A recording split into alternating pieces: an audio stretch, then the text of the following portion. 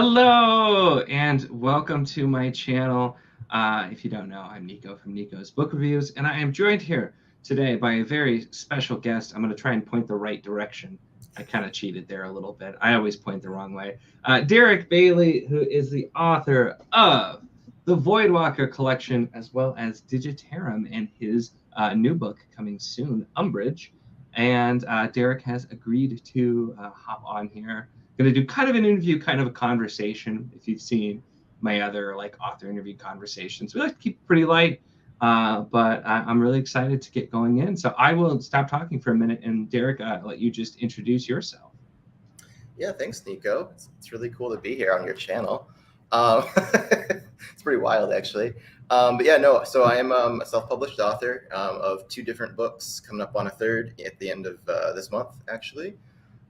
I first started kind of my writing journey back when I was a kid, but maybe we'll get into that later. But my first book, Digitarum, was published in 2015. I had kind of done it at a time where, I was just not really loving how things were going after school. I kind of did it just to make myself happy. Tried to stick with, write what you know. Which was, at the time, I was a huge kind of mythology buff and just really loving studying that in school and everything. So that's where kind of the inspo for that came from. And then along the way, I just kind of figured out how to, do the whole publish it online thing. At the time, it was KDP. There was some print on demand stuff. I ended up going through, I want to say it was CreateSpace at the time, and then KDP bought them, and now it's just KDP. But that was kind of the first, foray into things. And I was trying to learn the marketing thing and following BookTube and getting on Goodreads and all that fun stuff. And then things took a little bit of a turn as I was writing Voidwalker. I thought it would be really cool to write like a episodic, type of novel of sorts, but almost like frame it and like inspired by like the way a TV show plays out. And my day job was actually gaining momentum. I was kind of starting to like what I was doing. Landed in a good spot. But then the company went through this massive change, so I kind of had to navigate that. Took a huge break from writing, and kind of just kept trying to keep going back to it. And it was kind of a struggle for years until a couple of years ago when. Actually, I think it was last year, technically. I kind of finally finished up the final pieces of it, put it out there, and then get another book written last year into this one. So that's kind of the journey so far.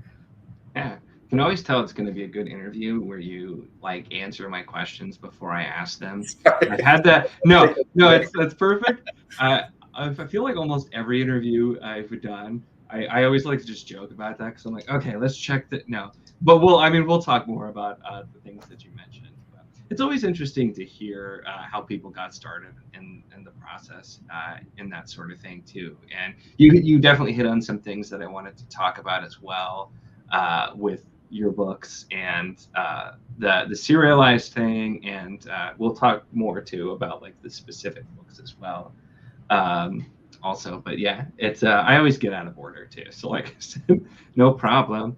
We've got Anita and Chris Navo have joined us here, joining in the fun. So you know what, since we kind of already talked a little, or since you mentioned it already, we'll jump in and talk about the books because order doesn't matter. It's all conversation. So I have this written as my last question, but we're going to start with it for fun. But because you mentioned the kind of the serialized, the stories like a TV show, and I know you did that for Voidwalker, and I think Umbrage is like that too, isn't it? Mm-hmm. Yes. So Umbrage is going to be, I guess, instead of a bind up of 8 novellas, it's a collection of 7 interconnected short stories. So very similar, I guess, in some ways. But not released separately. I think the big difference was Voidwalker. I kind of released the Kindle versions of each novella as a separate thing. I gotcha. Okay. And it's, I mean, it's an interesting idea with it. And that's definitely something I'd love to hear more about, why you kind of chose that and are sticking with it too, because it's not something you see a whole lot. You used to see that a ton back in the day, especially with fantasy, sci-fi, and even like going back further, there's a lot of like classic novels that were serialized with it, but you don't see it that often anymore. So what kind of, what made you want to do that, and how have you liked how that's turned out? Yeah, so I think it's been a combination of like personal and practical reasons. So I mean, obviously, like you mentioned, like I kind of grew up on serialized fiction. Some of my the early books that are for children, but they had a big impact on me as they kind of made me love reading. Where there was this like Star Wars series, I think it was just called Jedi Apprentice. And every book it was like a new adventure with Obi-Wan and Qui-Gon before the events of the Phantom Menace, if you've seen that film. And that was really cool. I mean, Magic Tree House, of course, I think most people have probably read. So I think there's like that. Some of it may just be how my brain works as well with trying to think through, like little itty bitty chunk sized pieces. During my day job, we practice what's called agile software development. So that's a lot of like building things iteratively. So maybe that's like just some of that spilling into Now my. I feel like I'm at work, Derek. I'm Stop. sorry. I'm sorry. That's all I'll say about that. But I think the other piece of it too is just like reader flexibility. So I obviously share my book with friends and my family, and I think just breaking down stories in that way allows them to kind of still enjoy it, even if they're not voracious readers, or maybe they don't read fast. So I try to think really hard about like, you know, people who get intimidated by books because it's like, well, I'm a really slow reader, or like, I'll forget the beginning by the time I'm at the end, or things like that, especially with fantasy, because fantasy can be kind of infamous for these giant tomes. And sometimes you just want to be like, yeah, I know you I like just the finished tomes. a 100-page book today, so no, I feel that. But so some of it's that, and some of it too is like thinking through, like if a stranger is going to read my work, right? They have no idea who I am. They have no idea why they should care necessarily. So anybody who bothers to pick up my work, I want them to be able to, enjoy it however they would like to. I don't want them to have to feel like it's work, or they have to like invest themselves in it in order to get the most out of the story. I just kind of want the book to work for them, I guess, in a way. And if they want to slip it between other things, then that's great. So some of it's like kind of trying to see how I can slide into the mix, because everybody's got huge, busy schedules, massive TBRs. So just trying to think through how do you, make things accessible to people, but still tell a story that's like interesting and meaningful, and kind of, just approaching it in maybe a slightly different format than people are used to. Okay. I was going to say, fun fact, the first of the Jedi Apprentice book that you mentioned, the first one was written by the same guy who wrote Rune Lords, just under his real Really? name. Yeah, he used the pseudonym for Rune Lords. He wrote, I think, several other Star Wars books, but just the first one in that series. So it was a fun thing. But yeah, it's I think it does make a lot of sense with it having kind of be that short format. Because like when I read Voidwalker, I read that over like a couple of months, and I would read one, and I would just kind of do it between. And once I got further in, I'm like, I just want to finish this now, because I was really like intrigued, and I wanted to see what was going to happen next. But it was really nice just to be like, I can read this, novella and continue, and it was kind of nice. I liked the format with it, and you do get a lot of really long fantasy books, and so having some shorter stuff, um, I definitely think is nice to break it up like that, and it makes sense. And I think yeah, you get a lot more that I wasn't even thinking about the fact that a lot of like kids book series are kind of done in that serialized format where they're shorter, but there's a bunch, and I wasn't even thinking about that.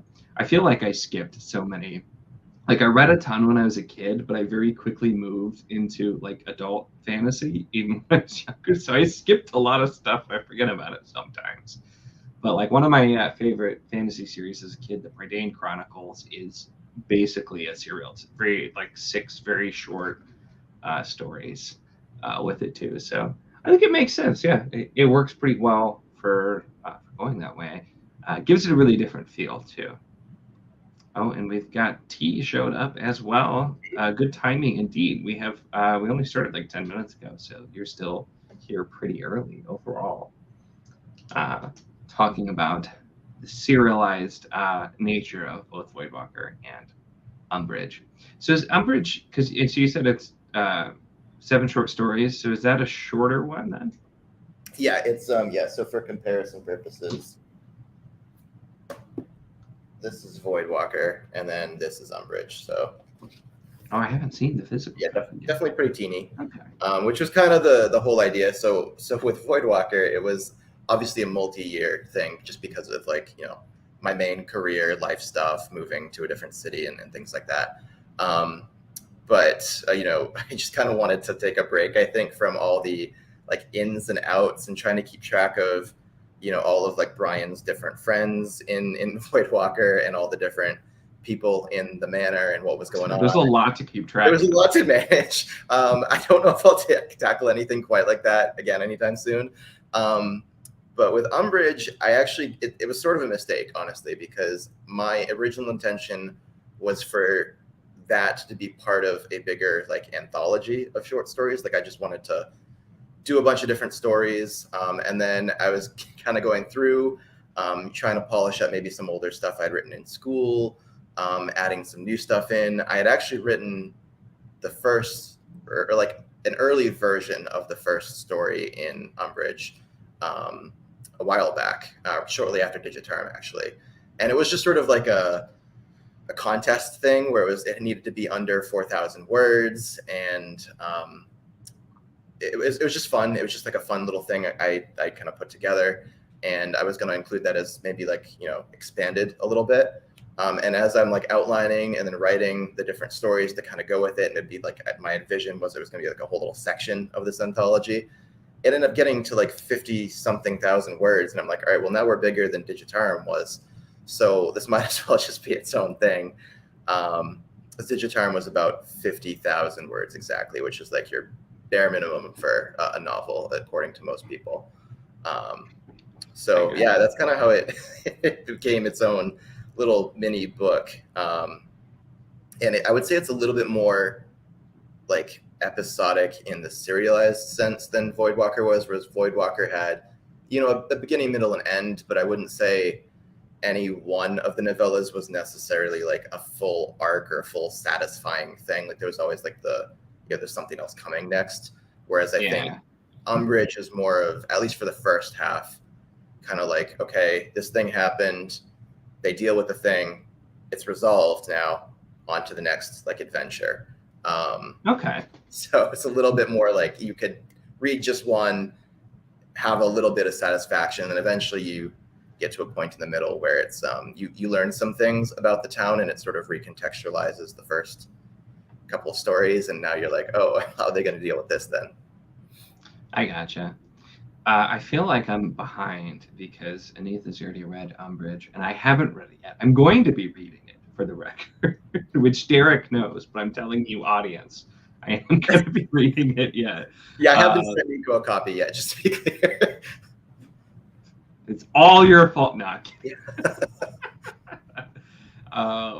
So Anita asked, what's next on the docket in the world of Umbridge? Are you planning more stories in there?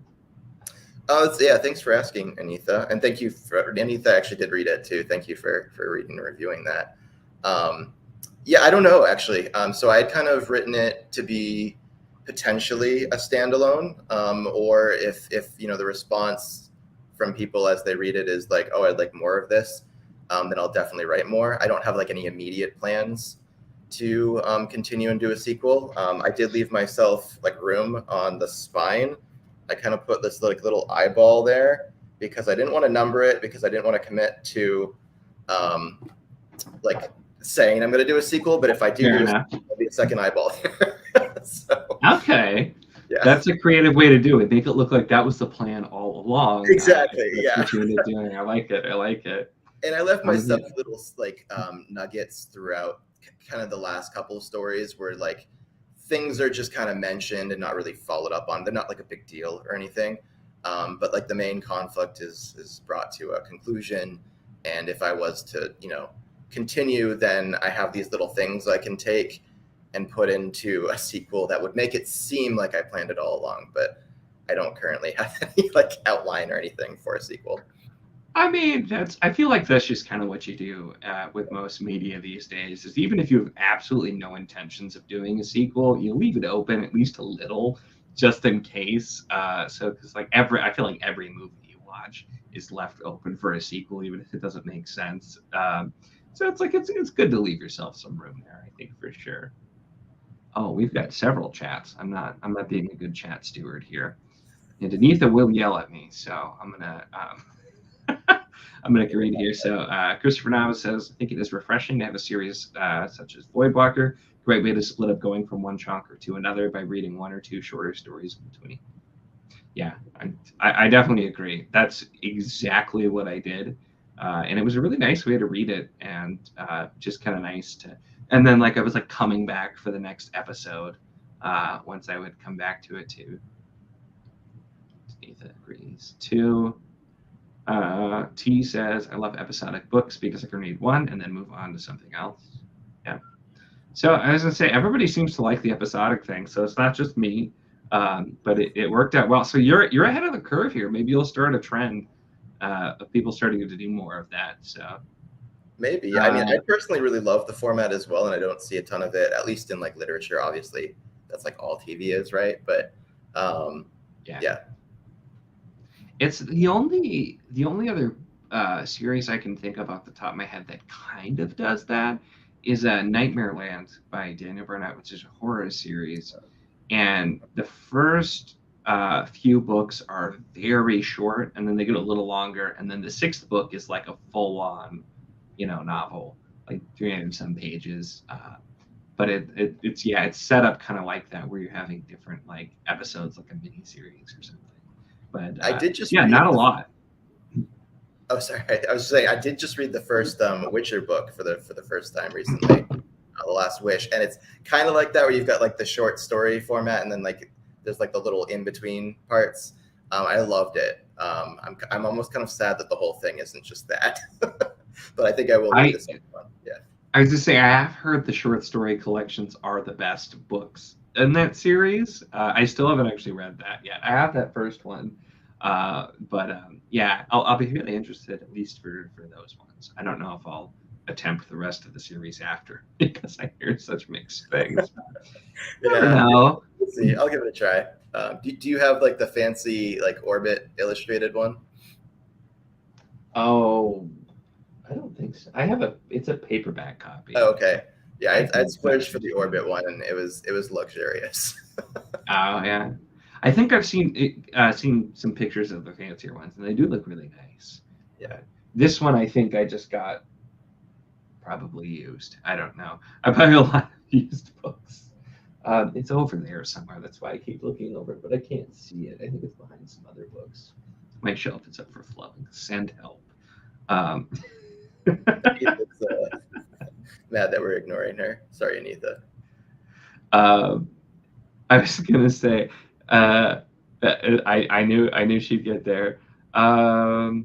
And Sati said, only read Digitarum so far. Looking forward to more. Yeah, Digitarum was such an interesting read, and definitely want to get in more of it because it was funny. I joked because I read Voidwalker first, and Derek reached out to me and was describing it, and I'm like, I'm not gonna lie, I don't know how I'm gonna feel about this. This sounds really odd and like really unique, and I'm really not sure where I'm gonna land. And he's like, that's okay, totally fine, and send it. And I started it, and I'm like, I don't know how I feel about this. But then I got really hooked and really liked it. And then he pitches me Digitarum, and he's describing it. I'm like, this sounds so much more up my alley. I'm like I felt like I should have started with. I'm like, well, of course I'm cool with this too. And Umbridge is another one where it doesn't fully sound like my thing, but I'm totally just willing to try anything you write at this point because you've got an interesting mix. So. Thank you. Yes. Yeah. I think that's a good marketing lesson though, because I think, Digitarum definitely was way more obviously something that would probably have intrigued you. So that should have been like my first offer. I think at the time I was so like tunnel vision on like Voidwalker. That's probably something that, Makes as sense. if any authors are listening, maybe don't do that.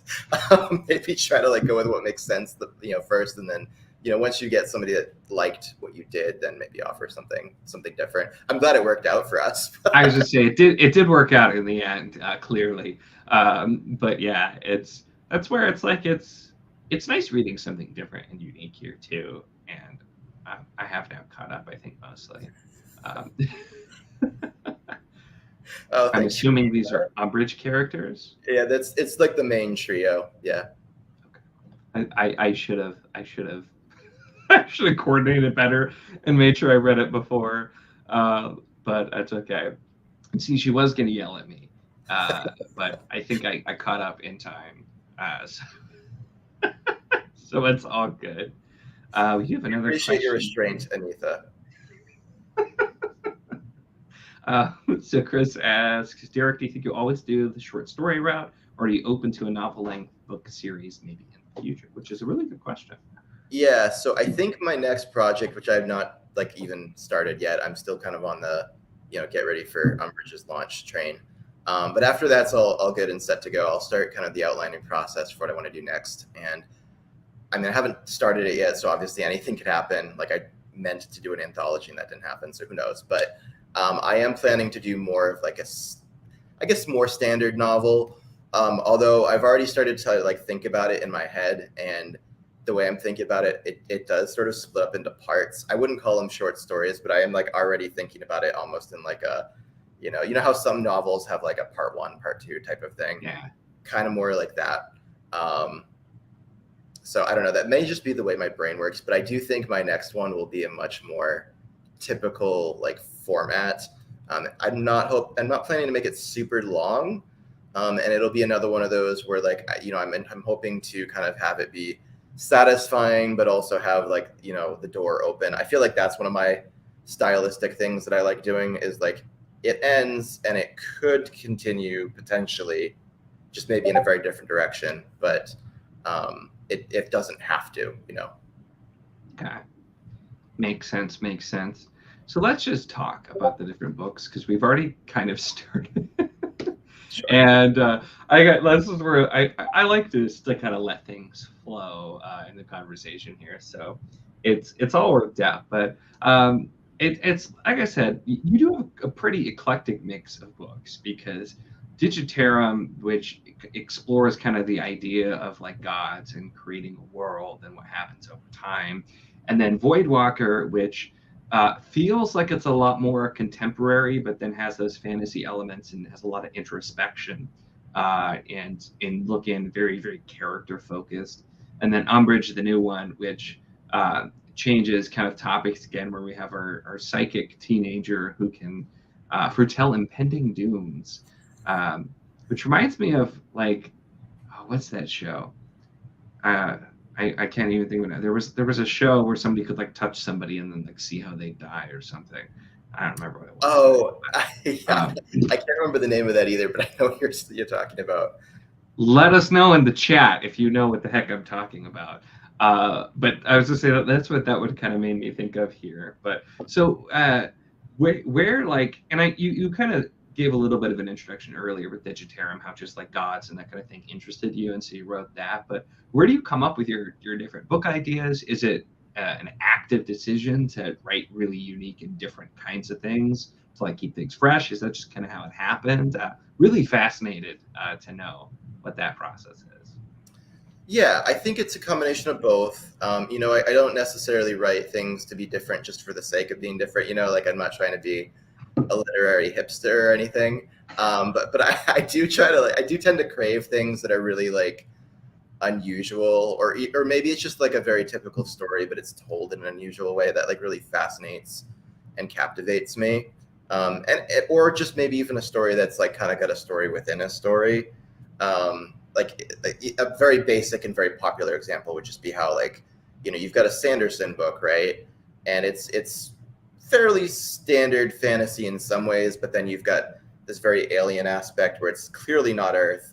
The humans can do things that are like not really, human sometimes, or there's mythical creatures or whatever. But then you've got the story of like, maybe mental health or like war or like, some of these like themes. So some of it for me is just like being attracted to those types of stories, and wanting to write around like a concept or an idea. So for like, Digitarum, it was really much more focused on almost like the world as the main character, and taking very heavily from things that have already existed, right? Like it's not the most original thing in the world. It's just like a kind of an unusual combination of different mythological kind of story beats, I guess, across like a much more elongated span of time than most mythology collections might include.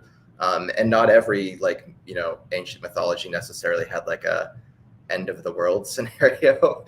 So kind of going from like a beginning to an end was sort of an interesting take. The gods being kind of like fallible in many ways is in some ways very true to how flawed like the Greek gods are, or how like violent some of the Egyptian gods could be.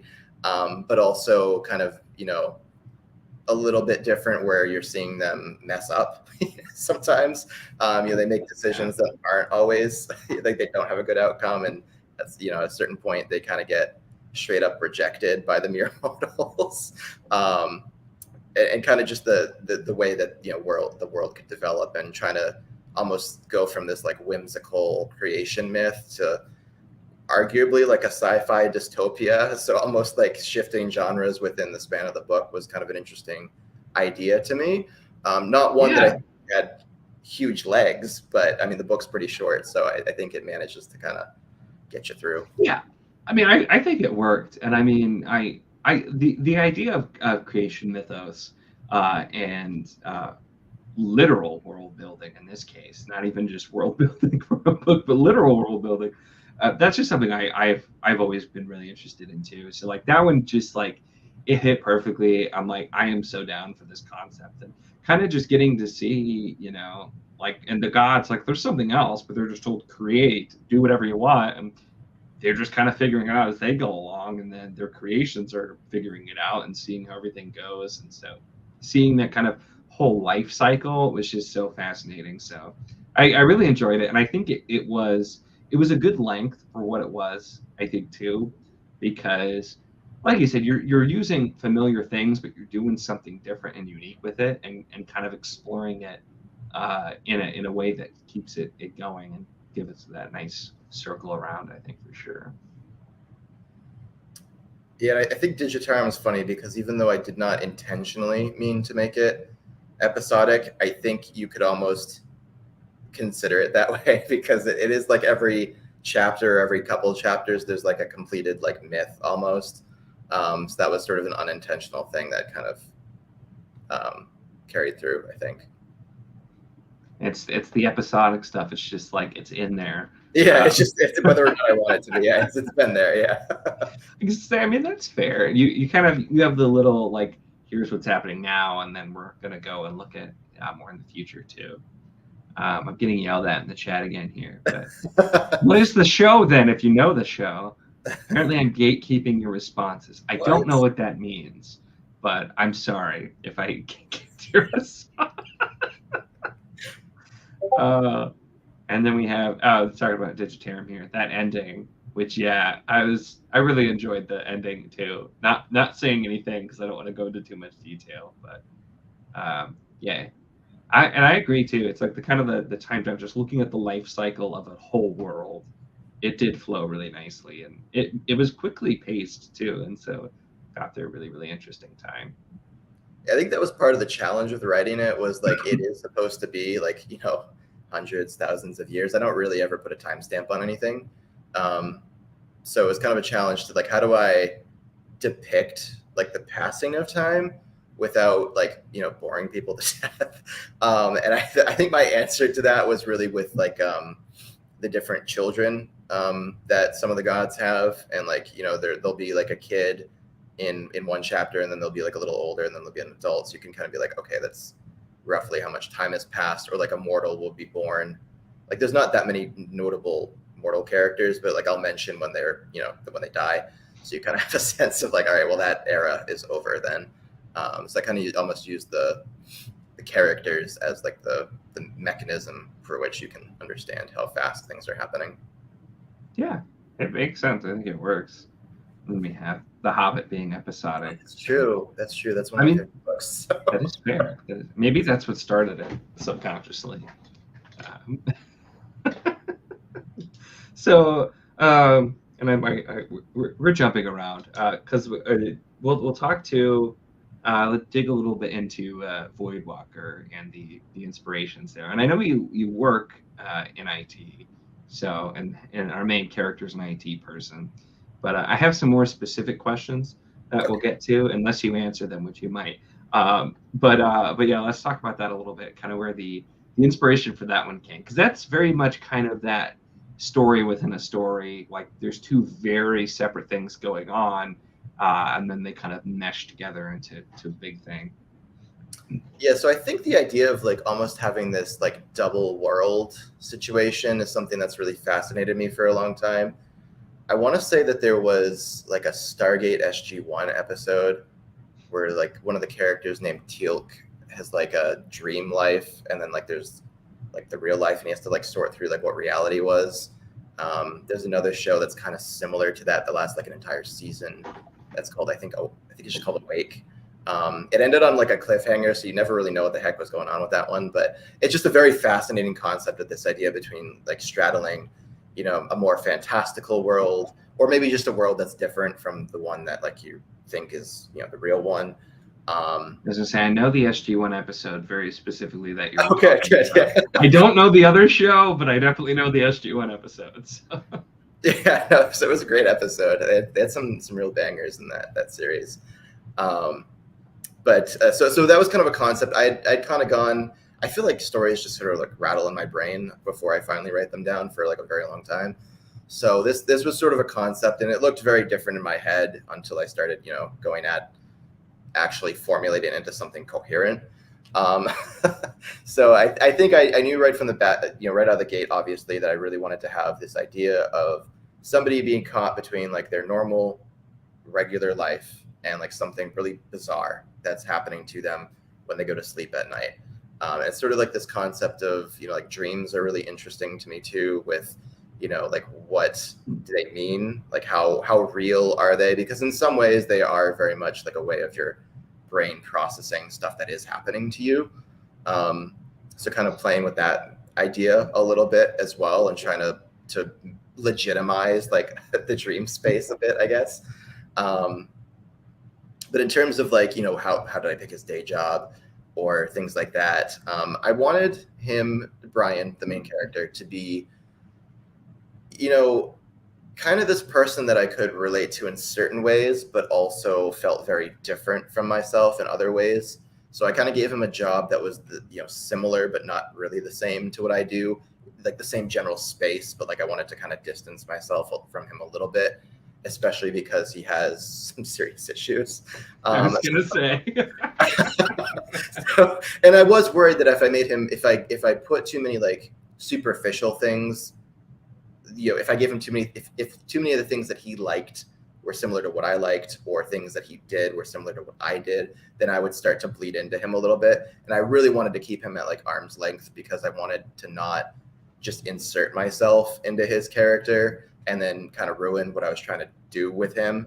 I don't know if I necessarily want to say exactly what the inspiration was for him specifically, but I do actually directly reference kind of the book that almost inspires his arc a little bit in the book Now itself. I'm curious. I'm thinking if you go to like it's either book 6 or 7, there's when he confronts his ex-girlfriend, she references, or she jokes about him almost being like in parallel to this famous classical novel. Okay. Yeah. There's an Easter egg for all of this. Yeah, I'd like to put a lot of Easter eggs in there, actually. I'm not going to flip through right now. Yeah, no, I like to do little references. Like his apartment number, for example, is 616, which is like the mainline Marvel universe. So there's like little like random things where if you pick it up, great. If you don't, like it's just me nerding out. It's fine. Like I think you actually picked up on the Arrested Development reference. Yes, I was just about to say, because I read that and I'm like, that has to be on purpose. And I immediately messaged you because I was so excited, and I feel like I must have. I'll have to on reread. I'll have to like really look for them because I feel like I missed most of them. But yeah, that was it was such a great reference. It was one of those where I'm like, I bet you 90% of people are not even gonna pick up on that, and they're gonna be like, "Why did he just go on this little side tangent?" But the 10% that do get it will really get it, you know. Oh man, I got there and I enjoyed it, and I don't want to specifically say what it is either because I'll leave it for the little Easter egg for others too. But it's a great show, and I feel like there's definitely the cult following, but yeah, there's a lot of people that probably wouldn't get it, but that kind of makes it fun too, especially if you're a fan of the same things. You find the little things. It's always just a great experience finding those little things in books for sure. And so I do want to ask, and we already kind of talked about the main character having some issues, and so I won't go like too deep into it, but so was it? And it sounds like you very specifically you didn't intend him to have a lot of the issues, and with it. So what was it like writing a somewhat unlikable character in some circumstance? Because he kind of like when I first started, I remember it was like at first I'm like I'm not sure if I'm supposed to like this guy or not, and then my opinion kept like going back and forth a little bit. But what's it like writing that kind of character who can be challenging to others around him sometimes? So. I mean, it was challenging to me. I kind of tried to think about him like, you know, sometimes you get a friend or a family member in your life, and you know you love them, but they also infuriate you, and you just wish that they would stop doing what they're doing sometimes. Um, so I kind of tried to think about him in that way, where like I needed, in order for him to have a satisfying arc, I needed to care about him, because if I don't, then like why should you? You know, but at the same time, I also wanted him to be really frustrating. And I think I'm still pretty nervous about how people will take that, because it's not always pleasant to, you know, read an unlikable character. And you don't always know if like that's like the author saying like, oh, this is fine, or if it's going to go somewhere and like there'll be a comeuppance or like a lesson learned or whatever. You kind of have to like trust the process, and not everyone wants to do that, understandably so.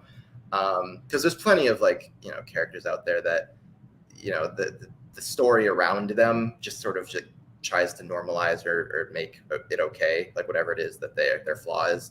I feel like the early 2000s TV shows were kind of infamous for that, with like, you know, this character would do something to cause drama, but then like, you know, the next episode everybody's like, oh, you're such a good person, and trying to like uplift them for no reason. It's like, you know, I didn't want that situation. You know, I wanted there to be like a meaningful kind of personal adventure with that, and I wanted it to be really deeply character driven, in the sense of like, you know, one character and understanding them really well in like a stud. I think you described it as almost like a character study, and I think that's kind of what I was going for, because the characters in Digitarum were so, you know, so removed, I think, from things like you understand what their traits are, and they're kind of like this, you know, they're two-dimensional, I think it's probably fair to say, like, 'cause their growth isn't the point. Like, they don't grow. The world, yeah, it's very world focused. You kind of just get the story through them,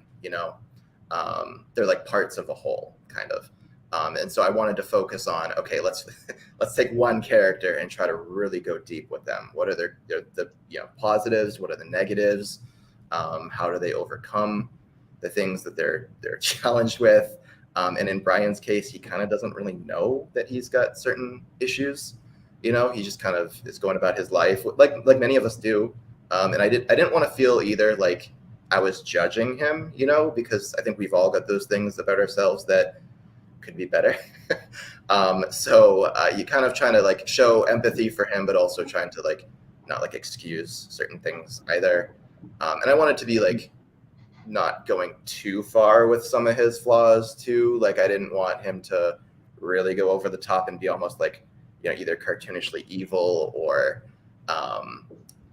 just outright disgusting. You know, like, I mean, some people might find him a little gross, but and that's okay.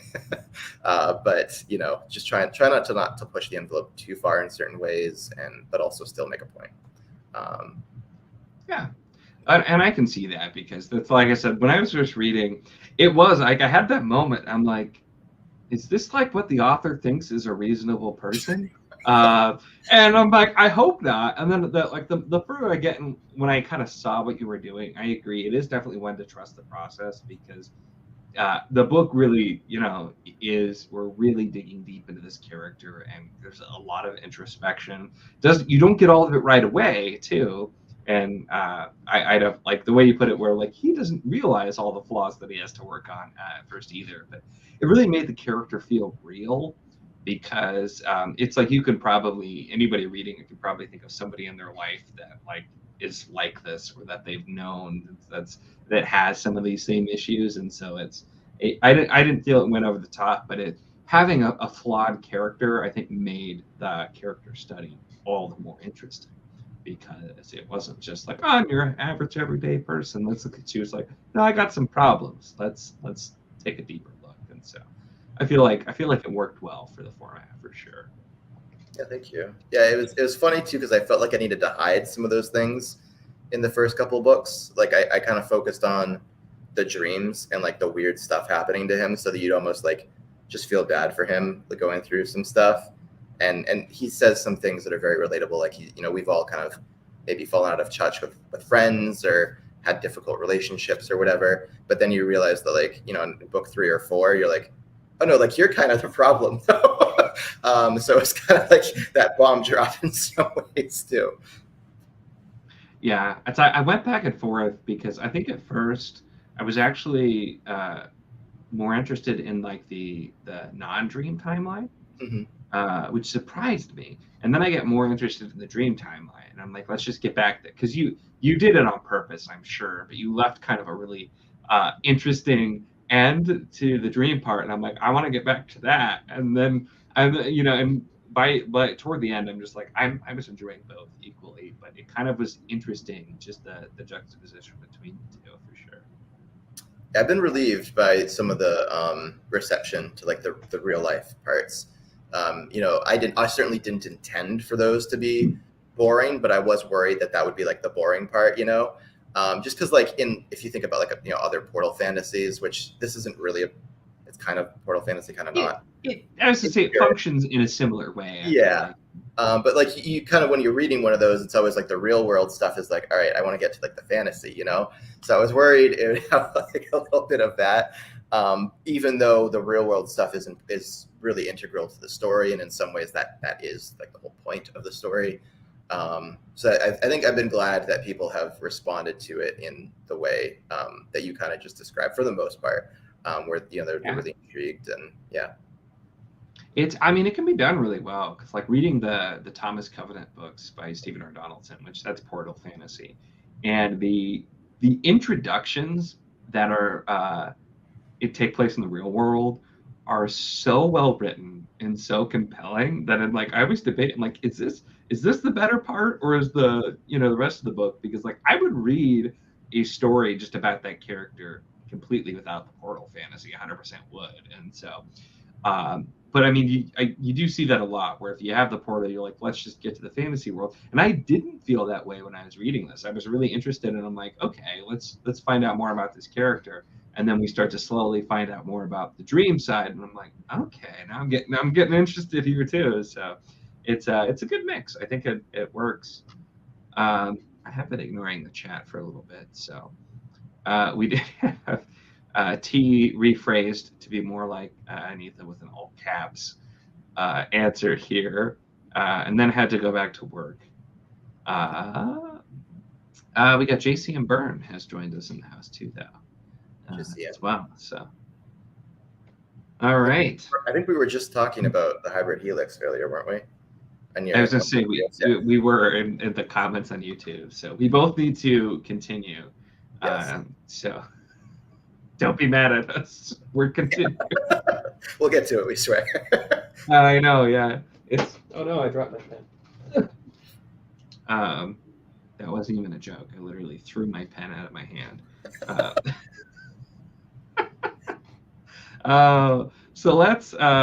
I love how out of order this is because we're gonna loop back to some like really general entry level questions eventually. But I love the I'm just chaos. enjoying chatting about the books.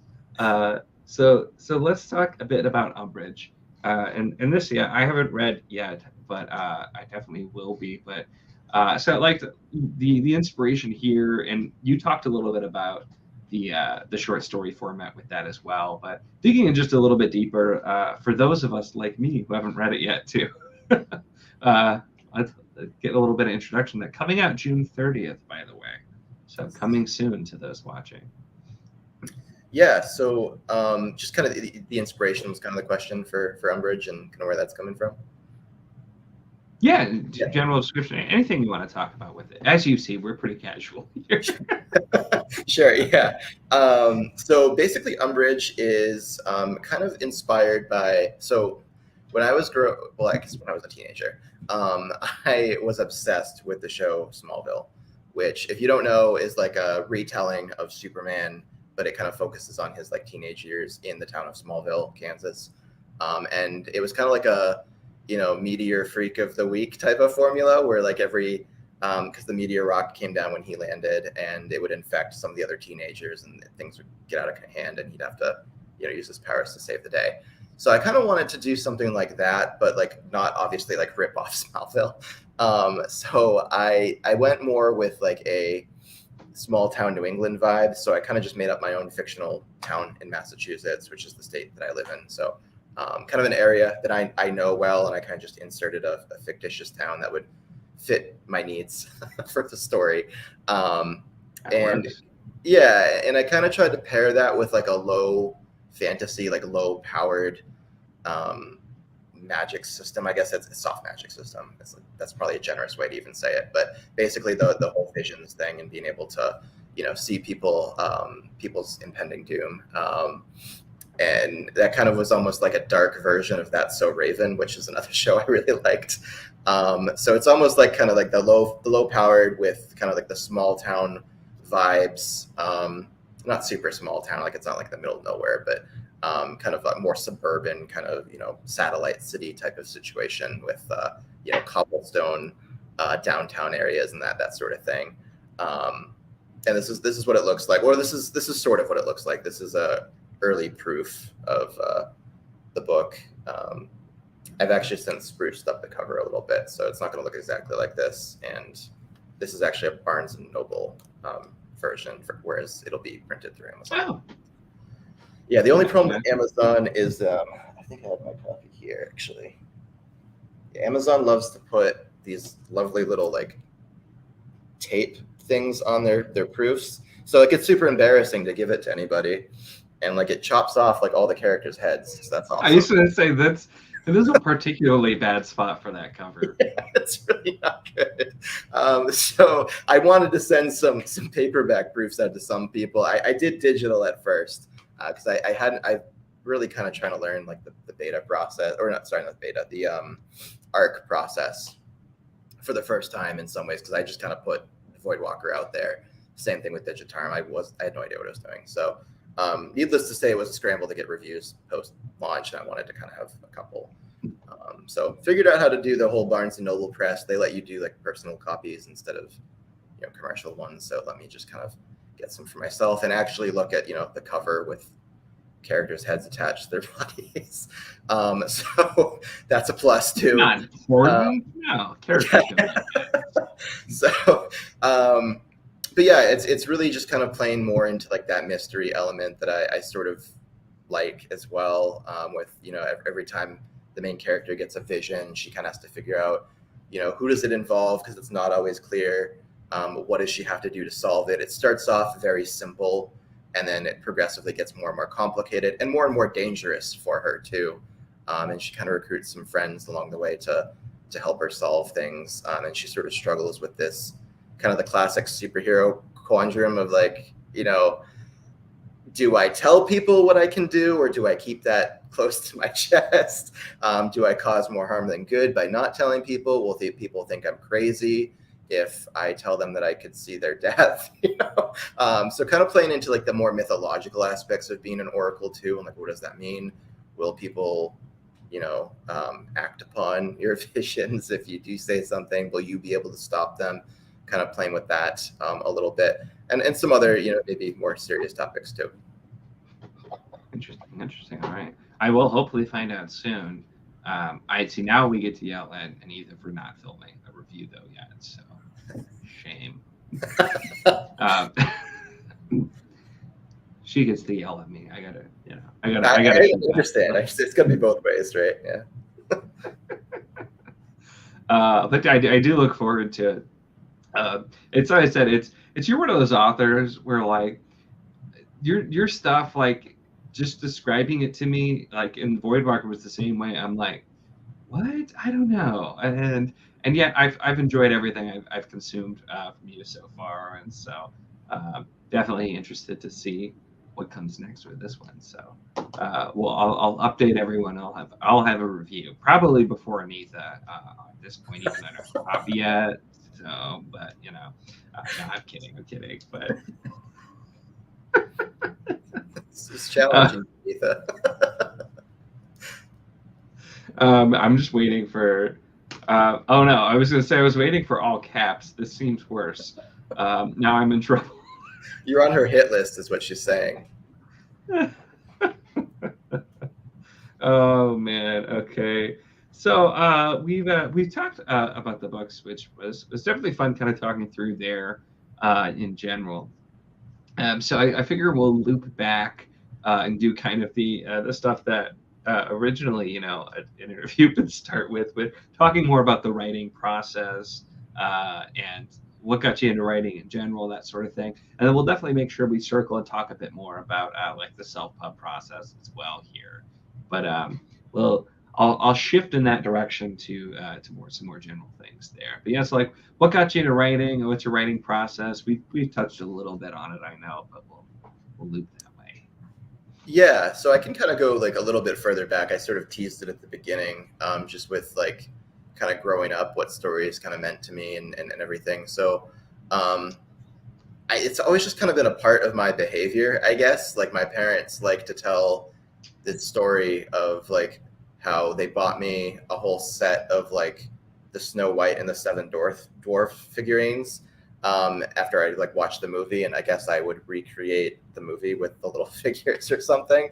I have no memory of this, but I believe them because I definitely remember doing similar types of things with like the Star Wars figures I had growing up, or like the Legos, and all kinds of toys. Like we didn't really do like a ton of video games in my house, so it's all like tactile things, and it was always like trying to be creative, and it's just something that's always driven me.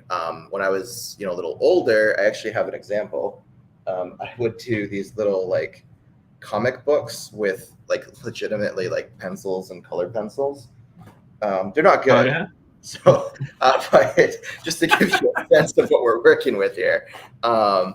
First, I don't know what was wrong with me, because I also wrote like a full-length novel in high school that was about elves. I don't know what my elf fetish was. I don't think it was like a weird like Lord of the Rings thing, but I know it's super blurry. You can't see anything. This is. I was going to say that's still really cool. I love that you still have those too. That's awesome. So I was going to throw them out, and then my dad like guilted me into like keeping them. So now they're just under my bed in like a Rubbermaid container. I think the only reason I found these was I needed something to prop my laptop up on. So I went to go get old school binders, and I'm like, oh yeah, pull those out too, because I'm sure there'll be like a what got you into writing question. So, hey, that's preparation right there. In addition to that, like I mentioned, I did actually write like a 100,000 word novel, basically. I mean, it's not good. It will never see the light of day. But I think it was really valuable for me to do that. And when I was, going and making the decision to actually write Digitarum, I kind of thought back to that. I was like, you know what? You did something in high school. You could do something now. And if it's terrible, then just nobody needs to know. But yeah, so that was kind of more high school years, and in high school I also did a lot of like stop motion cartoon, or I guess films with Legos. Like, you know, you take like a bajillion pictures and stitch them all together and have a film. There's little special effects made with MS Paint, and it was, again, awful, terrible. We'll never. Maybe I'll send you one. I definitely don't have similar videos that I did that may or may not exist somewhere. Oh, excellent. You're speaking to the right person here. Oh my gosh, all the pictures, and then like Windows Movie Maker to make them look a quarter of a second for that nice jarring stuff. Yeah, I had so much fun doing it. But I guess the main point, or the short version of this, is just I think storytelling's always just kind of been part of who I am. So it felt very natural to just try to give the whole self-pub thing a go. In terms of my process for like actually like how does the idea become a book? I'm definitely an outliner. So I think I'm a planner. But I try to do so flexibly though. So, you know, my process has been pretty different for each of the 3 books, which probably makes sense because they are each quite different from one another. And they're inspired. Yeah, and they're inspired by different things. So I think it makes sense that the process would be, you know, similar, but not at all the same. But one thing is always like, I definitely map it out. I honestly, sometimes my outlines are almost like draft point 5, where I've like decided on very specific details about like what a character looks like, or like what a place is, or like who's doing what, who says what, just like not written with prose, written in like bullet points. But I'll have like a short story's worth of like bullet points. So it's a little neurotic probably. But you know, when I'm typing up my first draft, I'm not really thinking. Yeah, and I don't really have to worry about specific things when that happens. And as I think what that enables me to do as well is like with Umbridge, for example, there were a couple characters that, you know, as I was outlining, they were just like the person of interest of that particular story. And there were people that need to be saved basically. And then I decided to bring them back later in the outline. But then as I was actually writing the first draft and kind of revising and everything, they became like a lot more important and a lot more like present in like little micro scenes and things. Just because I think as it was writing them, I started to really like understand who they were, and I really liked them. I just wanted more of them. So kind of stuff like that. An example that's maybe closer to something you read was, I don't know if you remember Craig from the nightclub in Voidwalker. He was a character I invented for like a very specific purpose, and I thought that certain things about him would really tease out certain things about Brian, and be really telling. But he's just somebody who's so opposite me that I had so much fun. I was like, I only get this one chance to have him in the story. I'm just going to stretch him out and put him in every little, like, you know, as much dialogue, as much like just ridiculous things with him in it. And just kind of added things just for the sake of him being there. You know, you can say that. If you're having that much fun writing a character too. I remember specifically, what you're talking about with the character in those scenes, and he definitely is involved with a lot of stuff there. But it's always interesting to hear the process too, because you know some people do plan pretty meticulously, which definitely sounds like you. Some people don't. See, I feel like in which I will never write a novel. I've determined that a long time ago. I do not have the patience or dedication. I always fizzle out, but I feel like maybe outlining was what I was missing, because I would always just kind of write, and then I'd hit like, I don't know what happens next. This is done. And go from there. So it is interesting always hearing the different things too. And finding, I do love the concept though, just like, I really like this character. Let's give them more stuff to do. And we had JC and Byrne. He commented the Space Bears were originally only going to be in like the very beginning, and he just enjoyed writing them so much he kept finding stuff for them to do too. So it's not just you. The I like this. I'm going to include more of it. Makes sense. You can usually tell in it. It makes it enjoyable to read. Absolutely, and it's funny to think of like what the book would have been with less Space Bears. You know, it would have been a tragedy. It really would have been. I love the Space Bears. So. but yeah, I mean, so some of the best things just kind of arise organically. So even the best planners, I think, do need to open themselves to a certain degree of, just pantsing, I guess is what it's called. And I think to some extent, people who pants will also, they probably have an idea of where things are going, if even it's just like, loose. So. Yeah. I think that's some good general writing advice as general. It's just even if you're a really big planner, still allow yourself to have organic things happen. And if you're a very organic writer, maybe still, make sure that you do have a plan. So you're not like me and can't write more than like a few pages. Yeah. I'm pretty sure I have a folder somewhere of the last thing I ever half wrote a couple of chapters of. It's probably around my office somewhere too. So I think the other I thing can. is I actually need to know the ending before I start. So like the ending is the beginning for me in some ways. Interesting.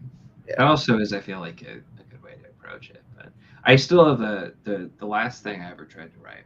I still have the story in my head, and like I know what happens at the beginning and the ending, and like a few things in between. It's just getting there. Like someday I'm just gonna like find an author and be like, hey, do you want a pre-formatted idea that you can roll with and write so that I don't have to? Like you get all the credit and the money. I don't want anything. I'd be curious to read it. If anybody ended up Well, some reading people will pay ghostwriters for that kind of thing. And I don't have that kind of money. I'm not that dedicated either. No, that's fair. That's fair. I actually I did ghostwrite a couple of novels before I wrote Digital. Oh, really? Yes, that was the other thing that I think gave me a little bit more confidence. And when you're ghostwriting, like it's a little sad because it's like it's not yours anymore, right? Like it's somebody else's. But he didn't give me like an outline or anything. I was able to kind of just take a few bullet points and just do whatever I wanted to some degree. And they were very short too. They were more like 40K, maybe 45K. So they're really, really quick. And you got that feedback loop as well of like, oh, that seems not really what I wanted, so it's almost like having a little bit of an editor, but not really. You got a client basically. So I think that helped a little bit too early on with just establishing that process, and that the confidence is probably the biggest one. So that's really fascinating. And how did you get into ghostwriting? I was on, I forget what it used to be called. I believe it's called Upwork now. It's just like one of those freelancing sites like Readsy or like something else. And writing, copywriting was like one of the skills that you could have. And I have no idea why the guy hired me specifically, but other than you put samples of your work up so they can kind of check you out a little bit. And I think I made sure I have like, pretty low rates and stuff too.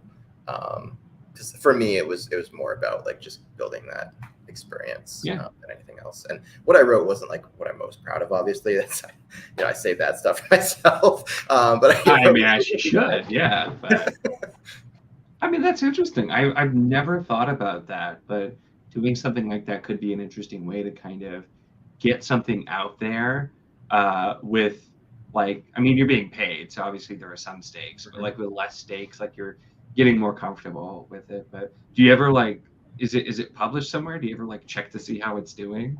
Yeah, so at least I don't know whatever happened to the second one, but I did track down the first one, and it's been unpublished since. I'm not sure why. I suspected he may have paid somebody for reviews. Because there was a couple on there that was just like, I don't know if this pay someone to write it, pay someone to review it. There's a pattern emerging. Okay. I had noticed that the pen name he put it under also was shifting more towards like post-apocalyptic prepper type stuff. So I think the sci-fi novel that I had written just was not on brand. Yeah.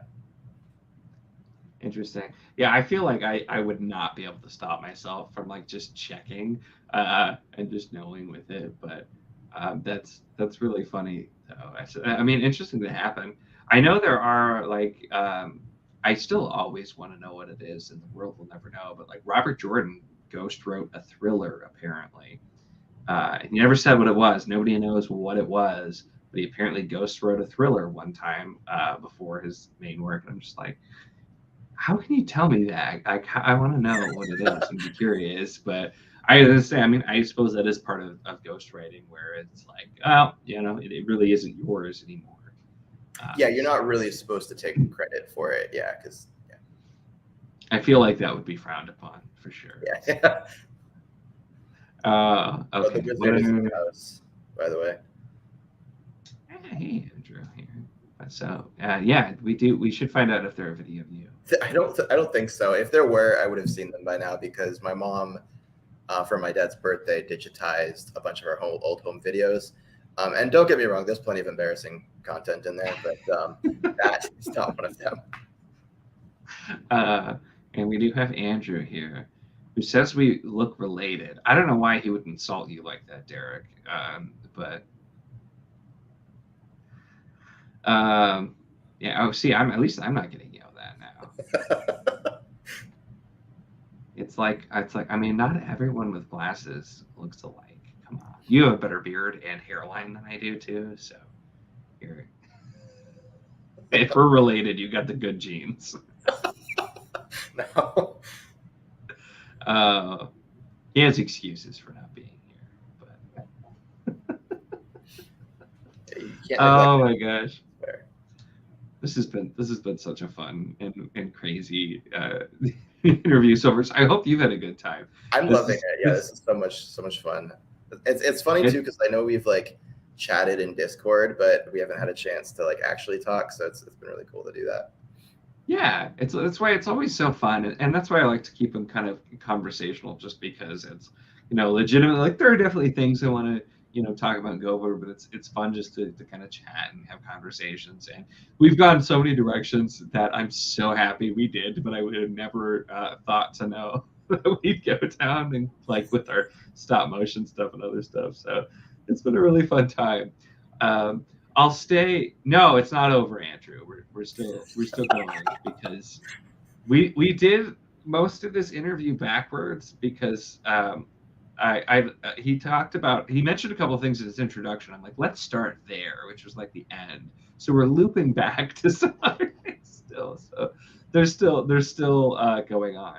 I do have a history of ending live shows the second Andrew shows up by pure coincidence. He just has a knack for showing up, and I'm like, all right, Andrew's here. Hi. Okay, we're still going. It's like that relationship that is it like Jimmy Kimmel and Matt Damon have or something? I'm probably messing up who it is, but there's like a feud between them where like they do that. See, that sounds like a thing. Yeah. But anyway, I'll get a little more on task, so I don't want to take up too much of your time here. So you talked about the writing process a little bit and trying out self-pub, but definitely wanted to talk. I always like when I have a self-pub author to talk a bit about what your experience has been with self-pub. And then I know you mentioned that you had kind of a fun story about getting your audiobook and going through the self-pub process there too. So I want to make sure we chat a little bit about that. Sure. Yeah. So I guess I'll start with Digitarium because even though 2015 wasn't like that long ago, it was almost 10 years at this point. It was very different in terms of like what was available in terms of like tooling for self-pub authors. Now, granted, I had never even heard of such a thing, and I was trying to like look into what does it take to get traditionally published, and I almost got scammed by one of those vanity publishers. Oh no! Yeah, I mean, I figured it out pretty quickly, but it's when you're fresh out of school and like they don't necessarily teach you anything related to publishing, even in like I was a creative writing minor in school, but they don't cover like that angle of the industry. So it's very easy to get into that trap. And granted, like if the goal was just to get your book published and you don't want to do the cover, you don't want to worry about the editing, you just want to pay somebody a lump sum and do it, then all power to those people that go that route. But that wasn't my goal.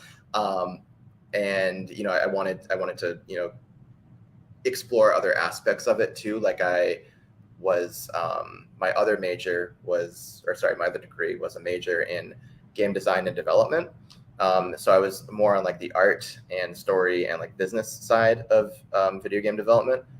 So I did want to challenge myself to do a little bit of like the cover art thing, even though graphic design was not something I was particularly strong at. So wanted to, push myself in that way. So anyway, kind of going on different tangents there. But eventually, that's okay. Eventually, after almost being scammed, I found KDP, and I realized that it was very, very easy, like alarmingly easy, to put together an ebook. And it's funny because as long as granted, there's things you can do with like more technical stuff with an ebook to make it look more professional and like format better and all that. But I would say Amazon's tools do a pretty good job, especially if you enable things like advanced typesetting, or just kind of like all the customization options that people probably buy a Kindle for in the first place. So why not turn those things on? But it did a pretty good job, and I tested it on like multiple different devices because that was my kind of job at the time. I was an analyst, so I was doing a lot of like manual QA where type works. I was very familiar with kind of getting in there and trying to see if things were broken at all. And I didn't do anything wild with formatting or pictures or like anything like that. It's very, very bare bones in Digitarum. So pretty easy to convert that. So I got that done, and that was going pretty well. But I was like, it would be nice to have a paperback. I think my first proof copy was just a binder, and I just kind of had, I think I did this like Staples or something. Oh wow! So this is not the first draft. Obviously, this is like the almost last draft. But I left myself little corrections, and I think I had my mom. I had my mom helping with this. She did a lot of work, which is something I also kind of regret a little bit. Not because she did a bad job. She did a lot of really good suggestions and had me change a lot of things. She was kind of in a different sort of content creation at the time. She was working on standardized tests and the copy for that. So she was very familiar with like editing. The reason I regret it is because I think it would have been better if she just was able to like read the finished thing and not worry about like helping me with finding errors and things like that, because it is a very different experience when you're reading something for somebody to try to catch stuff versus just like kicking back and enjoying the story. So that's the reason I regret that. Even though she did do a good job, and that definitely meant a lot that she helped out. It's like I can't confirm. I've done reading for editing purpose and reading just to read, and it's a very different mindset. Yeah. And it's hard to, if you're reading for editing purpose, it can be harder to just focus on the story because you're kind of focused on that too. So I definitely have done both. And I know exactly what you're talking about. Yeah, but it was tough at the time. I mean, maybe I was just dumb, or maybe there truly weren't like the resources that exist now in terms of hiring an editor. I looked into that for quite a while, and all I was able to find were these companies that were like almost like editing mills, where you weren't talking to like a person and they weren't giving you a sample. They were just charging a lot of money, and you had no idea what they were going to spit back out at you. So that was, I was certainly not financially in a spot at the time where I was like, yeah, I'm just going to throw my money at some random company and maybe they turn out something good.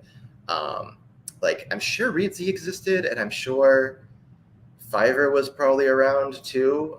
But for some reason, maybe they just weren't like search engine optimized at the time, or like maybe maybe I was just dumb and I couldn't find them. Or maybe they operated differently back then, or they could have just had a sketchy website. I had never heard of Reedsy until they reached out to me a while back. Really? I'm like, I don't have time to take on any more reviewing at all, and like I didn't read that much into them, so they seemed a little weird, but I don't know enough about them to form an opinion. But yeah, they're an interesting company. That must have been. Yeah, I think I know which service probably contacted you, because I had seen that too, and I was like, that's a little weird. But I'll get to them in a second. But yeah, so basically, I was trying to figure out how to do a paperback copy, and there was a couple different options on the market for that after everything was like edited and ebook was done and all that. And I landed with, again, I think it was called Create Space, but it's gone now because Amazon bought it and ate it. and now it's just KDP, which is what I still use. But that made it pretty easy. In some ways, I had a lot to learn about interior formatting of a book, and I was fortunate at the time to work with some people who were really passionate about that, and they gave me a lot of feedback. They were like, yeah, "This is not right." So I made a lot of updates to like the interior copy with all that, and Amazon has some nice templates that even help with some of it, but I still messed It's it up. one of those things where you don't think about it, but if something's wrong, you notice. Oh, you Like notice? Yeah. with some of the like I picked up some books before where I just look at it and I open it and I'm like, what's going on here? It does make a difference. Like I read and it was a self-help book one time, and the book itself really wasn't bad. Like the editing was pristine. Like there were a lot of great things, but the design was nuts. And like it was like quadruple spaced. So like if there's a lot of dialogue, you get like 4 lines on a page, and I'm like, what is happening here? And so it makes a difference. It really does. Yeah, and it's like kind of a world of difference between, are people going to take you seriously, or are they just going to like look at your book and be like, okay, you know. It's a big thing, and it's beyond just like the cover, and it to some extent, I think from a reader's perspective, they're probably judging how much effort they perceive you put into it as well, because it either looks like a real book or it doesn't. And that's not to say that every book is formatted the same either, and that's part of the challenge, is you got to find kind of like where it works for you. Yeah. You're not going to have like the whole publisher piece at the top, unless like you have an LLC or something that you're publishing it under, in which case you might. But you kind of have to figure out what does your copyright page look like, and all that. And you can look at other indies too. Like, I mean, that's obviously a good way to do it. Compare them to the TradPub maybe. So I opened a lot of books when I was trying to format mine. That's something I wouldn't even think about with the self-pub process. But as soon as you said it, I'm like, yeah, it makes so much sense, because I feel like it is important, and to make it look like it is, a legitimate book, and not like it's like, oh, this person didn't know what they were doing, or this looks super weird. So important stuff. Now, yeah, I think it's about nailing the basics too. Like it doesn't have to be fancy, but what you do have needs to look right. Yeah. And the chat has blown up whilst we were talking. So I'll jump over here really quick, and then we'll continue, because I'm very engaged, but I'm getting yelled at for not multitasking and also doing chat here. We're sorry, chat. We are. We had Mike Molman show up here. Mike. But definitely I'll have to get Mike on the channel at some point here too, and chat with him. Andrew was just calling everybody out for being late.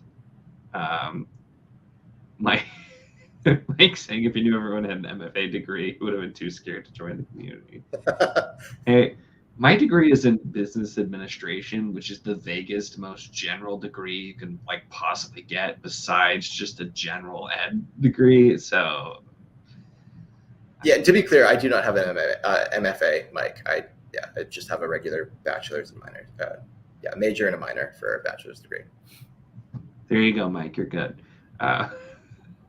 Theo showed up here as well a little bit ago as well. Andrew also called him out for being late, and got mad, demanded justice. Andrew, I like you, buddy, but I feel like you're projecting a little bit here. I think this was. I don't even know what is getting yelled at for here. I finally got to saying hi, and here's the multitask. Oh my gosh. And then, talking about review copies, Andrew cries himself to sleep to cope like an adult. Understandable. Understandable. I don't know what happened here. It got so out of control.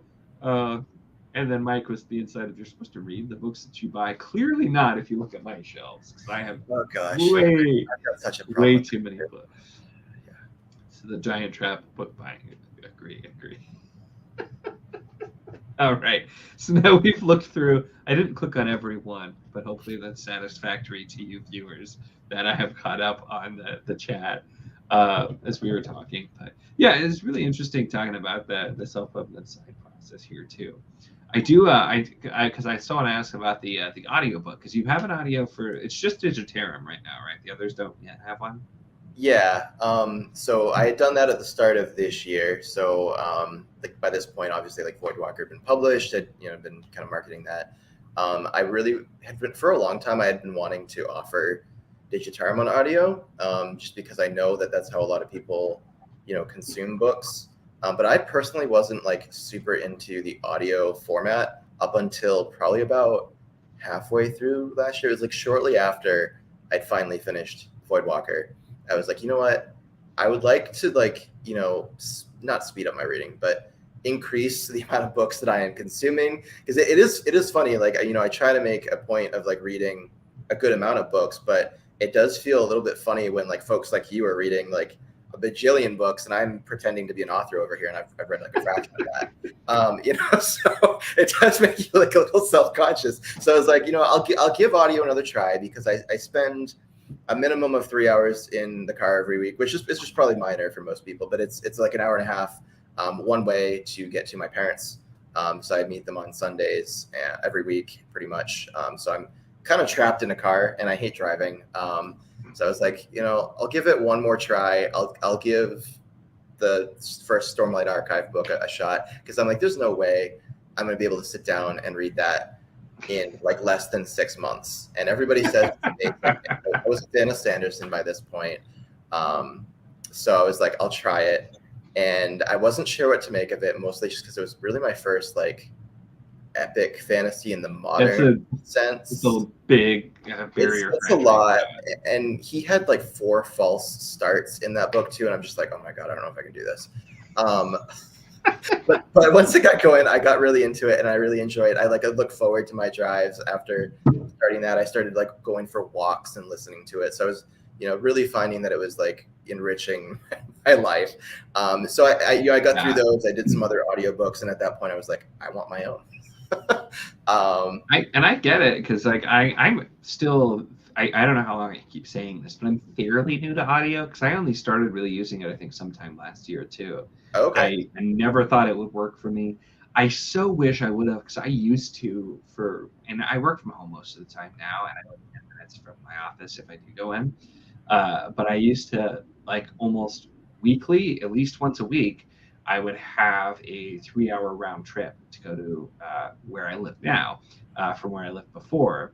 And it was very common. And I'm just like, all of that time I could have, and it was closer to a 4-hour round trip. So I'm like, I could have listened to so many books during those drive times. Like, I would listen to music, which is still good, but so many books I could have gotten through. So it makes it nicer for the drive. It helps, because then I look at people like Andrew and I'm like, how do you read so many damn books? So it's a cycle for sure of looking at all the books. But anyway, getting back to you creating your own audio. Yeah, so I went in like everything else I've done, and I had absolutely no idea what I was doing. But I was aware of ACX, which is again one of those companies that Amazon gobbled up. It's not quite as integrated as like the paperback acquisition that they made. Maybe at some point it will be, but you do have like a whole separate dashboard and everything for it. And basically, I did not have anybody like in mind specifically. I was like, I don't even know how you find an audio narrator. I certainly wasn't going to do it, because the whole thought of like, listening to myself, I was like, nothing will hate my work more than hearing myself read it. So, so it's like, that's not going to happen. And I don't have like a performance background. Like, I was not in like drama club or anything. So I have none of the skills involved with doing that. I am super impressed when somebody like Andrew D. Meredith can do that. But that is not for me. So, so I was like, I'm going to hire somebody, but I don't know who to hire. So there is like a whole like audition system in ACX. So you can basically set up your book project. You link your ASIN, which is like the Amazon identifier for your book. And it just links everything all together. It'll even like import your chapter names from like your Kindle file, basically. And you can edit it if it's like not quite right, or like maybe you want to insert like parts or something. But for me, it was like, yep, that's correct. So we had all that pretty much all set up and ready to go. And then I thought I would have to like hunt people down and, beg them to audition for my book. But within like an hour, the guy who ended up doing it had, posted an audition, and then it was followed by, several more. I think I don't know, I had a few. I did invite some people to do it explicitly. Some people followed up, some people did not. The other thing that's really wild about audiobook narration is the prices can be all over the place. and you do get what you pay for, as well. And that was something I think I also had to maybe learn a little bit the hard way. There's also two different skills. So I guess it's interesting because some people had much higher rates than the guy that I went with, but their like audio was like fuzzy or staticky. So it's like the price wasn't always indicative of the quality. It was really like you kind of almost have to like judge it for what it is, but you just get this small sample, and it's sort of like how good is that? I thought that the guy I went with had the strongest like performing skills out of anybody that submitted something. So I was kind of like just made the decision to go with that. One thing that I think maybe people would want to watch out for if you're doing this for the first time is if somebody's like really like rearing and ready to go, it may or may not be the good fit. Like if you're looking to get it done fast, then absolutely go with that type of person, because this guy was hungry. But on the flip side of that, where I ran into some trouble was not with the performance at all. Like I'm super happy with all the voices he did, and he had a nice range. He could do like everything, and he had this like weird snake voice for the villain that I never would have thought of. So I wasn't expecting it, but it happened, and I'm like, this is perfect. Yeah. Well, so the funny story about that though is originally that guy had like a Scottish accent or something, and he was the only Scottish like accented character in the book. And I was like, hey, like this is fine, but I'm a little worried about people just thinking that I hate Scottish people.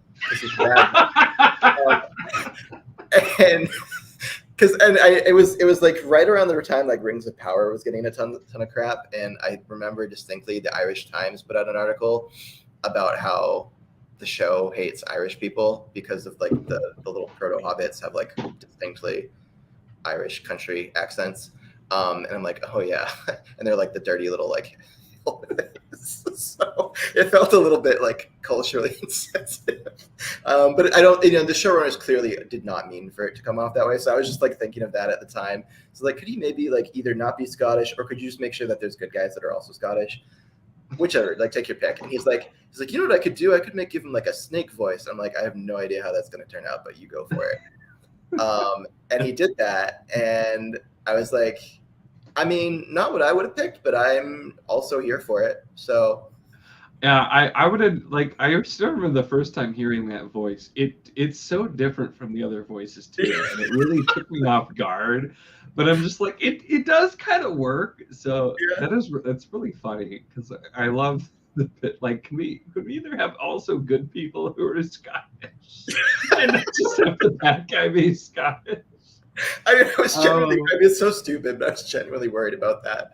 I mean, you never know. It's better safe than sorry. But I mean, it worked out because you got a really interesting villain voice for sure. It ended up being so much more unique. Yeah, it was wild. It was good.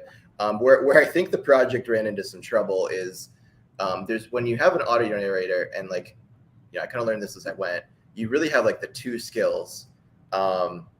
You've got like and thank you, Mike. Sorry, I just saw that pop up on the screen. Oh yeah, I'm trying to multitask.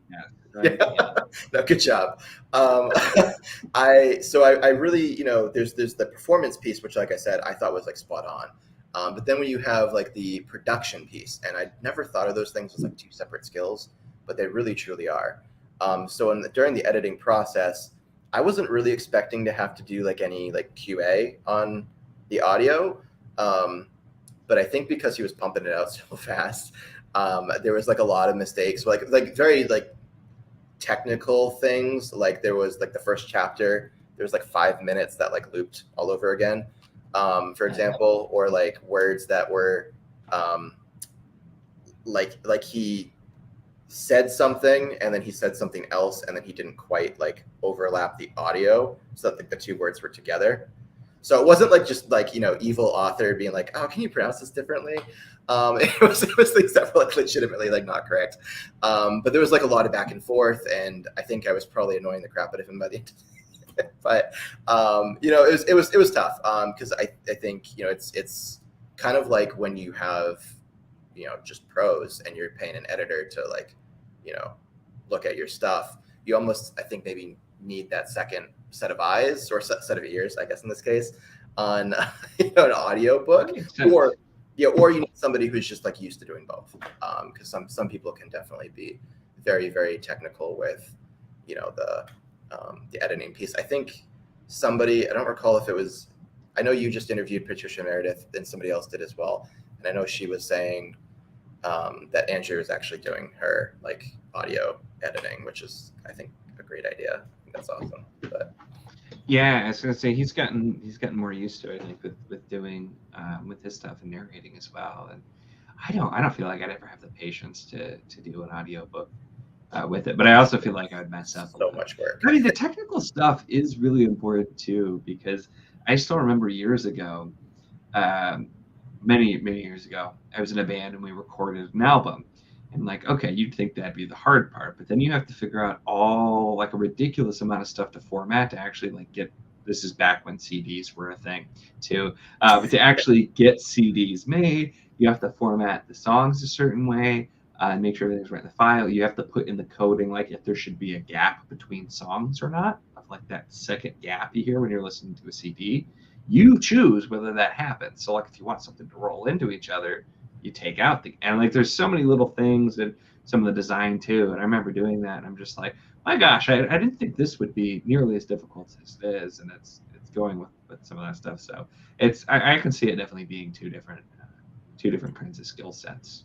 For sure. Yeah, if I was to do it all over again, like when negotiating rate, I'd probably want to know like how much time you spend in recording versus editing, and then if they're trying to like cut you like a better deal by like shortening the editing process, maybe it's like, all right, well, maybe I'll just pay more to have it produced more thoroughly. I think that's a good trade-off. Like this guy was definitely on the more economic end of things, which I think was great for me, especially just learning how to do this for the first time.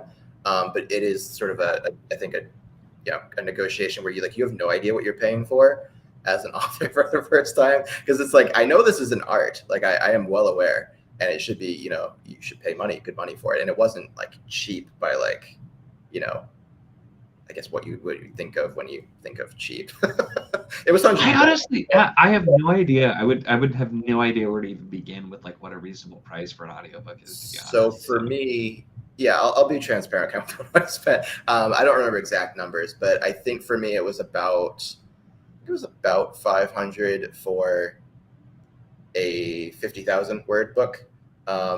So that's on the lower end. So if I was to go like the next kind of, because ACX has like tiers, and if I was to go the next tier up, it would have been like double that. So then you'd have to imagine like a regular size book, even like a YA novel, is typically 100,000. So you're talking like easily like a cool grand plus for most books, even if you're staying within like that fairly economical range of people. If maybe you find somebody who's just starting out.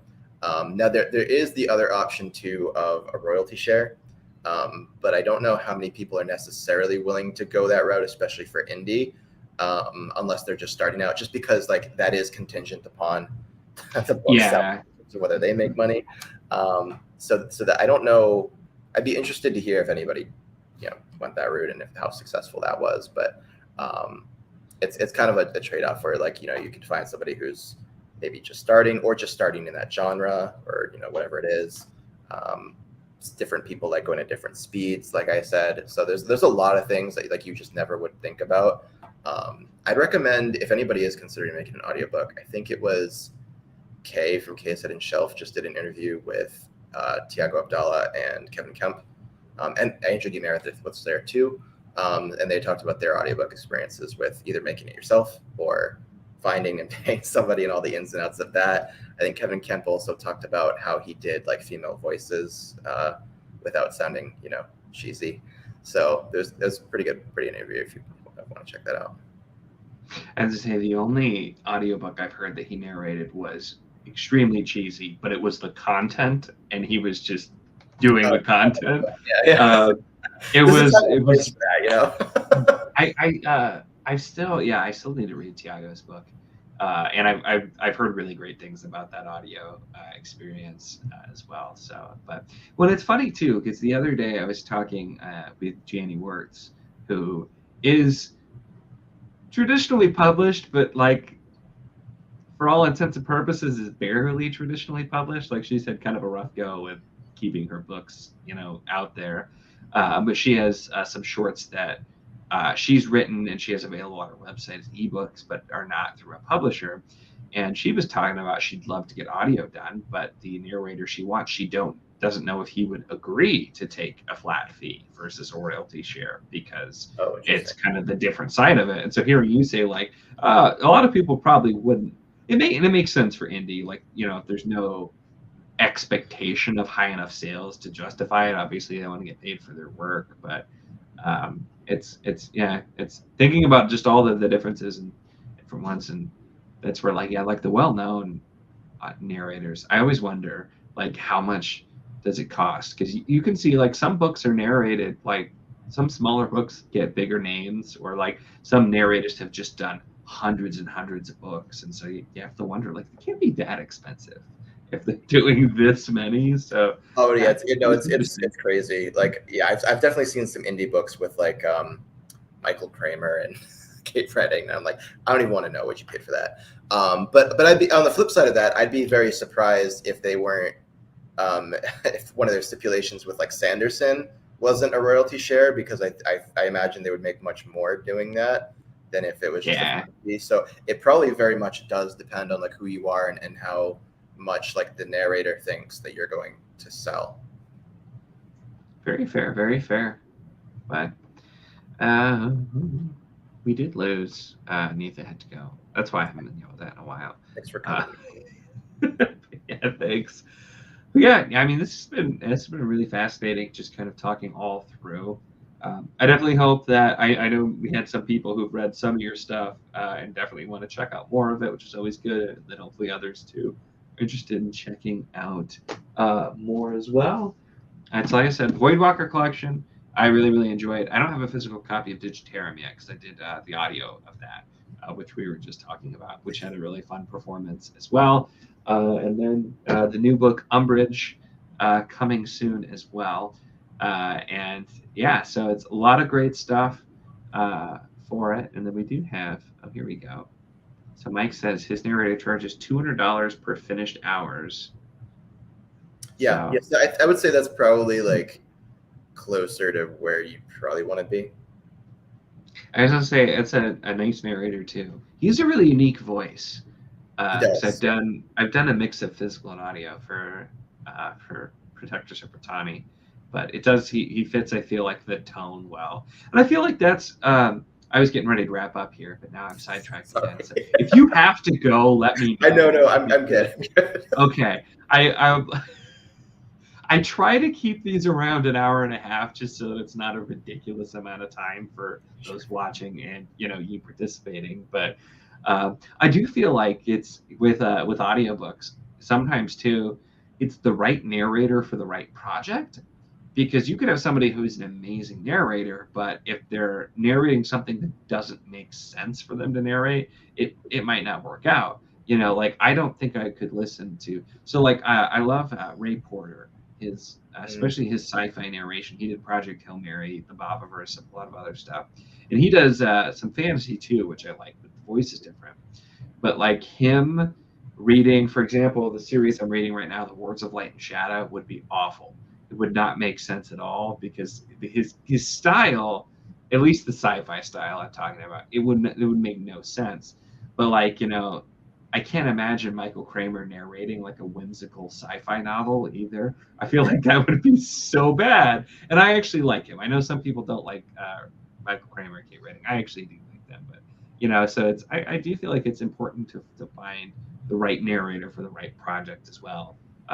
Which must be especially hard for you if you plan to do more because your books are all so different. So Yeah, I didn't. It's interesting to say that because I had no idea like what type of person I wanted to narrate Digitarm. I didn't have any particular like accent in mind. I didn't even necessarily have an opinion on if like a man or a woman should narrate it. I was kind of like whoever I land on, so I land on. So yeah, whereas like if I was to ever do Voidwalker, it would definitely it would make the most sense to have a man do it, and preferably like maybe an American accent. Not that I ever specify which city Brian's from, but it's like a vaguely American. I was just yeah. So yeah, I don't know. You're right. The narrator matters. I also feel like as a reader, at least, I'm a little picky about what audiobooks I'm willing to pick up. Like I actually haven't done Project Hail Mary, partly because Andy Weir does a lot of like first person writing, which Voidwalker is in the first person too. So I have no idea if I'll ever actually get an audiobook done for that. Just because I actually don't know what to make of first person narration. I don't know why. You would think that would like be very natural because you've got one person just doing the whole thing, and it's like that person's like internal monologue is the prose, but for some reason it really throws me off. So I want to give Project Hail Mary a fair shake because I just listened to like a sample, and I was just like throwing me off, One of the greatest audiobooks I've ever listened to. Okay. That book is why I got into audio more. I had dabbled and I listened to that. I will never read that book physically ever because I love the audio so much. So like if I want to reread, I'm gonna re-listen because it's so good. All right, you may have just told me. I may do it then. Give it a shot. I feel like, and that's where I love. He does something completely different when he narrates fantasy, but he does a similar narration style for the Babaverse books. I listen to those. Like I plan to get to them someday, but I listen to them in a row mostly, specifically because I enjoy his narration so much. And like I have a physical copy of Project Hail Mary, and it's on a prominently displayed shelf. But the audio is so good. And have you read the actual book? Or no? No, I haven't got around to like reading it physically either. Okay, I was gonna say there are reasons too why audio works particularly well that I won't get into, but Okay. there are some light sound effects that fit pretty well too. So. I can see that working. It's funny that you say sound effects because I did get weirdly into like audio dramas. Like Audible has a couple of them, and a lot of them are just like free. I don't know if they're free with like a membership or if they're free for everybody, but there was a couple. Like there was one that was like a vampire apocalypse called Impact Winter. Super bizarre. It has very mixed ratings. Like I think people either loved it or hate it, and I was in the camp of like just loving it because I had never like experienced anything with like multiple, like a full voice cast, music, sound effects. It was super strange, but yeah. I'm interested to try some stuff like that. And just the closest I've done is like 5 hours long, like so, and you'll know pretty quickly if you hate it.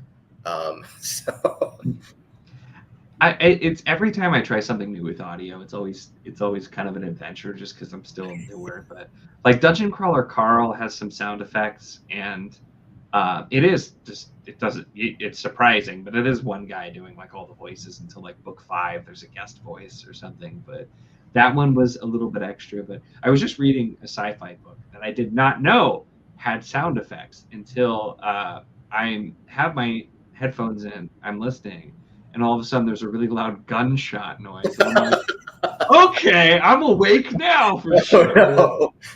Startled me a little bit. I was not expecting it. It was just very loud gunshot. And I'm like, okay, so it has sound effects.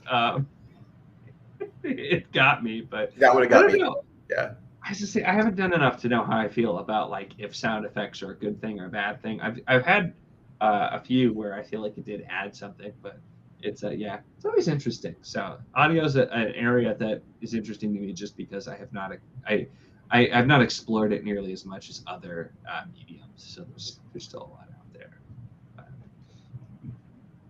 anyway, though, this is starting to get really ridiculously long, so I feel like I should wrap up. But any final thoughts from you, sir? No, just thank you for having me. This was tons of fun to just kind of chat and interact with the chat, so I really appreciate that. And thank you for reading my books and reviewing them as well, of course. I'll definitely I'll send you a copy of Umbrage as soon as that's ready, and maybe I'll slip a copy of Digitarum in there if you want a physical one.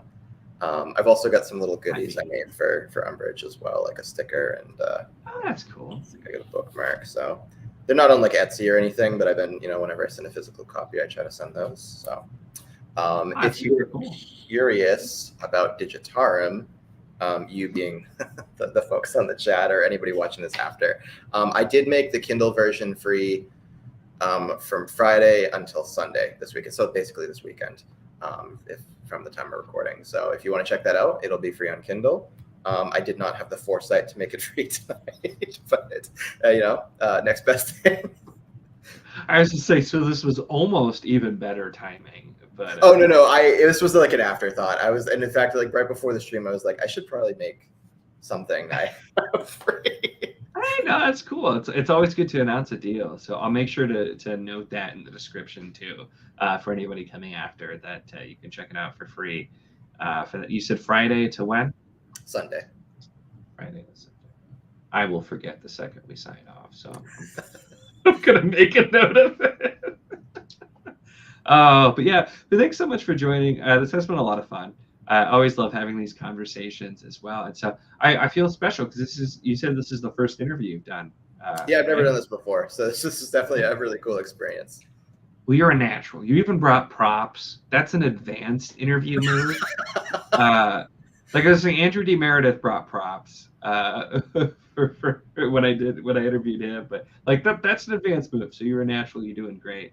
I'm sure you'll have some more in the future here as well, especially since I know you got some other booktubers who recently read your stuff or planning to read more. But yeah, thanks so much for joining. Thanks everyone who joined in the chat here and watching after. It's been a ton of fun, and hope to see you on another live here soon.